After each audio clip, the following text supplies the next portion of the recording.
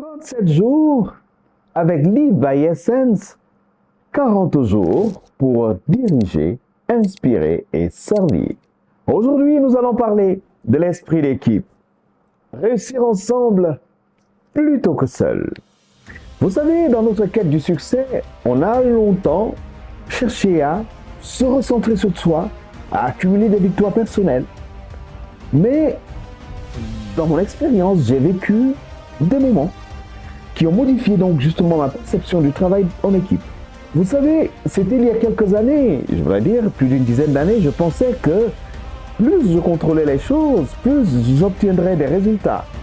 Puis un jour, j'ai tenté de gérer un projet seul, persuadé que c'était la meilleure façon d'arriver rapidement. Mais à mi-parcours, je me suis retrouvé submergé, dépassé, incapable d'atteindre l'objectif. Et justement, plusieurs questions ont surgi en moi. Mais Raphaël, pourquoi est-ce si difficile? Pourquoi n'as-tu pas délégué davantage et fait confiance aux autres? Mais pourquoi ces questions? Parce que je pensais que l'efficacité reposait donc justement sur la maîtrise individuelle, plutôt que la collaboration. Je croyais que compter sur les autres était un risque, plus qu'un atout. Mais lorsque je me suis retrouvé face à cette situation, j'étais déboussolé. Et ce jour, vraiment, en réfléchissant, j'ai compris que le succès durable est toujours collectif. Et ceci venait trancher avec ce paradigme qui m'a longtemps habité, où justement j'ai appris que les leaders doivent être autonomes et capables de porter une vision seule. Et justement, à cette époque, j'avais peur que travailler en équipe ralentisse mon efficacité. Et justement, avec l'expérience vécue ce jour-là, et en regardant, en observant les autres leaders autour de moi, j'ai réalisé que les leaders les plus performants ne réussissent jamais seuls.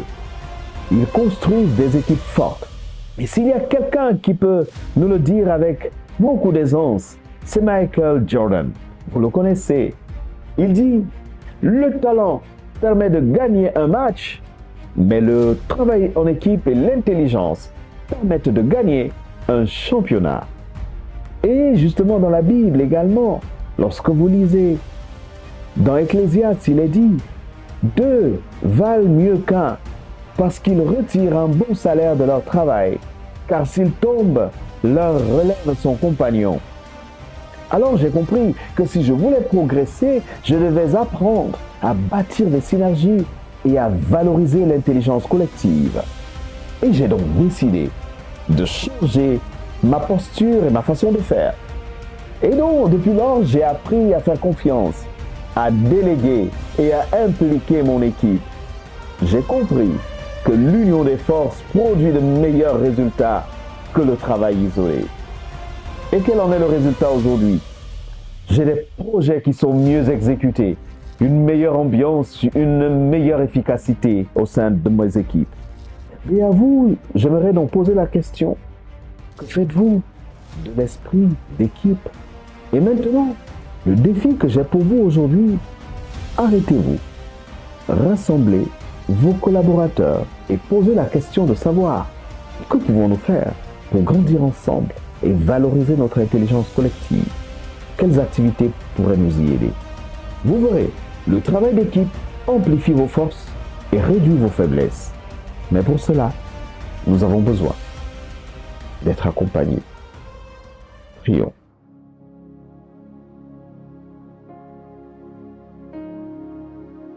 Seigneur, apprends-moi à valoriser les autres et à bâtir des collaborations solides. Aide-moi à voir la force dans l'unité et la diversité. Amen.